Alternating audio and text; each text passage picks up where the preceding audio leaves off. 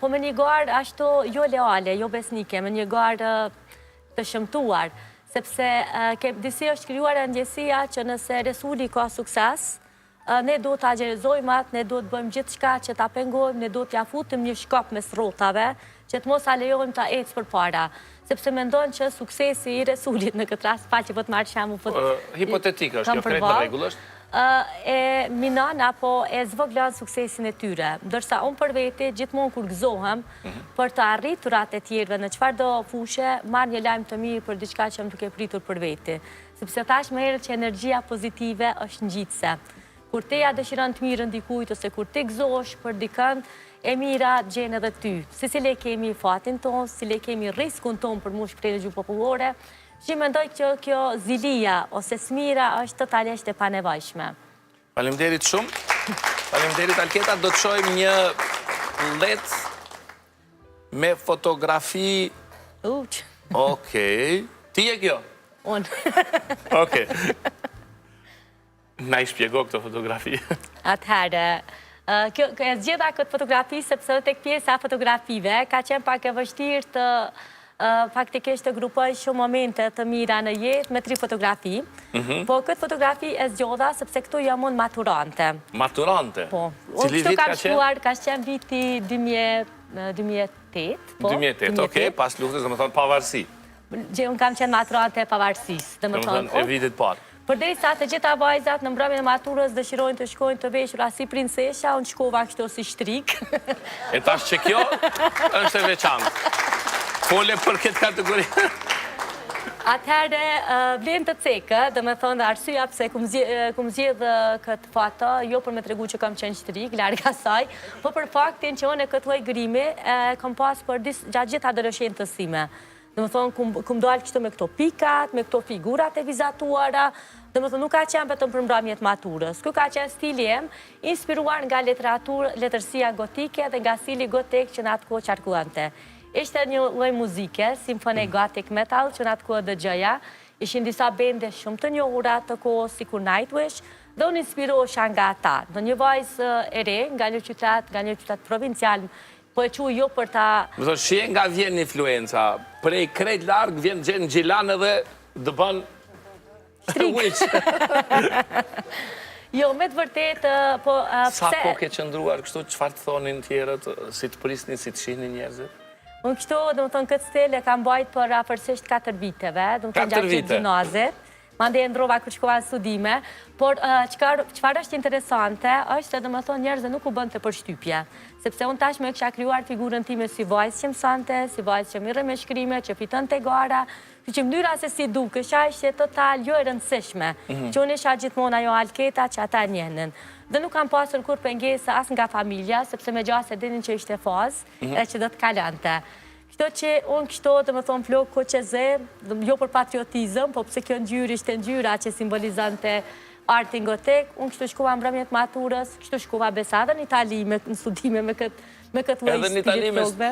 Me këto flokë dhe me këto studime shkove edhe kështu? Po, bilatje e kisha një shok që ma kishte vënë si pseudonim Trepikshi, se unë bëja këto Trepika. Dhe më thonë edhe sa dhe adet që gati 20 vita e më thirë Trepeksh. Kjo që e mesaj që duat japë... Shumë interesant, oke, po më pëlqen. Jo, mesaj që duat japë është që njerëzit nuk do të fiksohen kur së qeni vetvetja, sepse dukja nuk është ajo që e definon njeriu, dukja e jep një mesaj, që në këtë rast mesaj gjemë ishte që unë vishëm edhe unë grimom ashtu si ndihem. Dërsa janë veprat, është personaliteti, ajo që të definon si njeri. Po më intereson, kur e shes sot këto, duket guxim, apo duket ka pak çmenduri e moshës? Unë duket absolutisht guxim. Guxim. Edhe sot nuk pendohem as pak, përkundrazi, her pas here më mungon ky stel, po imagjinoj që sot po të shkojmë punë kështu, njerëzit ikin prej meje, ose... Kur je bo për herë të fundit kështu? Pse se erdhe sot në emision kështu? Në emision s'kishim ikne. Në emision ta është vini herë si zonjë me tregu transformimin. Herën e fundit që unë e këmë përdor këtë grem ka qenë për një fest të shtrigave, për një Halloween, para afër 5-6 viteve, sepse kisha nostalgji, dhe më thoni mora dhe robat asaj kohët, cilat i rujen dhe me gjelozi, Por gjithsesi, stili gotik vlen të cekët që e ka dhe elegancën, është një elegancë të rasojit të vetë, e ka atë një elegancën me dantela, me fustanet bukura, por që ato janë të papërshtatshme që të vishën në rrugë, në punë, ose në lokale që ne i frekuentojmë. Por mesazhi që dua të përcjell përmes këtyre fateve është që nuk do të friksohemi kur të jemi unik dhe të jemi vetvetja, sepse ata që të njohin, të pranojmë. Ata që s'të njohin, edhe nëse nuk të pranojnë, nuk është shumë dert i madh, sepse kur kanë rastin pastaj të njohin, pranojnë një lloj. Është humbja e tyre. Faleminderit shumë. Do të kalojmë tek ledi tjetër. Okej. Dhe tani ku je këtu? Nga shtriga? Nga te vajza me këtore dafinës. Bekimi, dika, një bekim po bët. Atëherë, këto janë fatët që unë i zgjodha nga diplomimi im në studimet themelore. Faktikisht, e kisha tendencën që të zgjedhja fatët kur kam diplomuar për studimet e magistraturës, jo për gjë, po aty jam duk ma bukur. Po këto fatë kanë rëndësit veçantë emocionale për mu, sepse dëshiroj të flasë për njeriun që gjindet në të dy fatët, dhe më thonë, është në anën time të majtë, dhe pasaj në anën time të djatë aty në fond, bëhet fjallë për Don Sandro Shaboletën, një mek të madh të Kosovës. Është ai, dhe më thonë, që kishte bërë projektin për studentët, dhe ai që na dërgojnive në Itali, na ka shoqëruar gjatë gjithë rrugëdimit tonë, jo vetëm mua, por 50 student. 50 student ka qenë ajo periudhë. 50 student. Pastaj ka sjellë për shërim mbi 100 pacient nga Kosova në Itali. Shumica prej tyre janë shëruar, kanë gjetur shërim, sot jetojnë, frymojnë.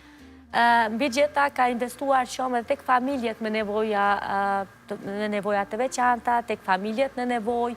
Ka qenë mek i madh i Kosovës. Ndër tjerash ka ndërtuar një qendër për punë sociale në një fshat të Romëve, të komunitetit Rom në afërsi të Ferizajit, që imagjinoni para 20 viteve, një njeri që ka strehuar disa familje gjatë luftës, ka qenë kaq vizionar dhe ka ditur që të investoj në 3 sektore shumë rëndësi, në arsim, në shëndetësi dhe në komunitete. Dhe sot është për mua pak emocionale, se sot Don Sandro i bën e ka për vjetorin kur është varrosur, ka ndruje gjatë periudhës së Covidit, po ka qenë një prind i dytë për neve, ka qenë një mek i madh i Kosovës. Edhe mendoj që Kosova nuk është mjaftueshëm mirënjohëse për kontributin që ka dhënë ky njeri kaq i madh.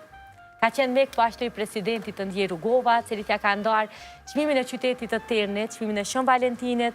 Ka qenë njeri, domethënë që ka lënë një matë të cilën e ndjek dhe mundohem ta ndjek. Sepse unë jam rritur në këtë frymëzim, ne të gjithë studentët kemi asistuar me pacientët, kemi qenë non-stop në për spitale. Ne të kemi kaluar kohën mes librave dhe spitaleve duke shoqëruar pacientët, që ka qenë një mundësi edhe jona për të kontribuar, por edhe për të kultivuar ndjenjën e solidaritetit. Vazhdoni ju të keni lidhjet me universitetin? Po. Me universitetin po, por mbi gjitha ne kemi themeluar bashkë me familjen e Don Sandros një asociacion. Asociacion, okej. Në mënyrë që të ndjekim në mënyrë shumë modeste rrugën e tij. Sepse Don Sandro ka qenë njeri që nëse e ka thirrë dikon në 2 natës, eja se kam nevojë për diçka, ka gjetë zgjidhje për herë. Ne fatkeqësisht ende nuk jemi në atë nivel, shpresojmë që një ditë të kemi mundësinë të bëhemi. Por me qytetin e Ternit, ku ka vepruar Don Sandro, unë ende jam e lidhur, domethënë si ishte për ty dhe për gjithë kolegët tu kalimi nga Kosova për studime në Itali, si ishte kjo? Ka qenë një tranzicion shumë i madh dhe më shumë se stilin tim gotik, këtë e quaj paksa çmenduri adoleshenteske, sepse ne shkuam për të studiuar pa patur një uri të gjuhës italiane. Kemi shku për studime... Pra së pari duhet ta mësoni gjuhën. Po, por ne shkuam, domethënë, edhe paralelisht, edhe studium, edhe e mësum gjuhën, në mënyrë paralele, gjë që e ka bërë rrugtimin tonë shumë të vështirë. Imagjino nëse unë sot i marrë librat e studimeve të mia, të vitit parë, me fjalë që unë sot jam profesoreshe gjuhës italiane, por me fjalë që në atë kohën i kum përkthy më vjen me qesh, për shembull, kum përkthy pastaj. Por, se ne ndjekëm këtu një kurs 2 mujor, por nuk ishte mjaftueshëm për studime. Ai kurs ishte mjaftueshëm sa për shku në market, me ble 2-3 gjana. Me hongër me pi. As me hongër me pi, ose ata që më kanë kishte laramanit ushqimeve, sa që nëse ne kishim shku në restorant, me nivelin ton gjuhës, kishim ngel pa ngrënë. Na kish ndodhë si kur ai që ka shku, ai francezit, që është e Barcoleta, që ka shku restorant francez, që ka qenë kamarierë shqiptar. Këtë e kishim shansën ne, vetëm nëse qëllënim kamarierë shqiptar. S'ka qenë kursi shumë bazek. Por rrugtimi ynë ka qenë shumë i vështirë, me të vërtetë, sepse gjua italiane duket e lehtë, por nuk është e lehtë, më thonë se është sidomos gjua akademike e në niveli kogja të sofistikuar. Asnjë gjuhë nuk është e lehtë. E dim ne sa e dim Shqipën. Na shqiptarët e kemi këtë tendencë me thonë është e lehtë, se nisemi prej 2-3 fjalëve që i kemi të përbashkëta. Porta la porta. Na tingëllon e njëjtë. Faleminderit shumë. Aketa, do ta bëjmë një shkëputje publicitare dhe kthehemi në pjesën e fundit. Faleminderit shumë për këto kujtime kaq të bukura. Grazie.